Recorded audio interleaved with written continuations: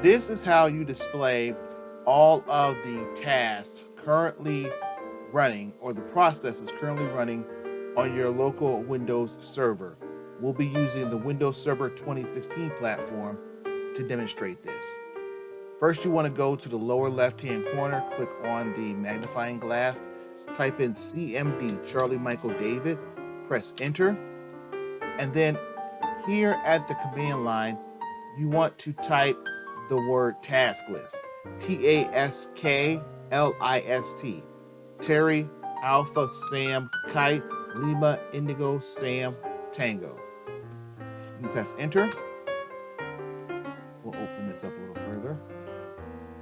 And now you see on this screen the name of the process file, the numerical ID for the process executing, the session name that's running the actual task at hand, as well as the session number and the amount of memory in kilobits that is being currently used by the process.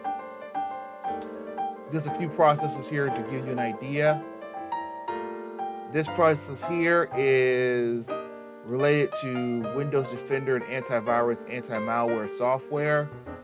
This is VMware Tools. Hint, hint. You have other processes here. Is another instance of VMware Tools running. Actually calling Tasklist becomes a process in itself. And SVC tends to be related to the operating system itself as a root process. There are other processes running here, but this is how you list all the processes running on a Windows Server 2016 machine and most Windows Server machines in general.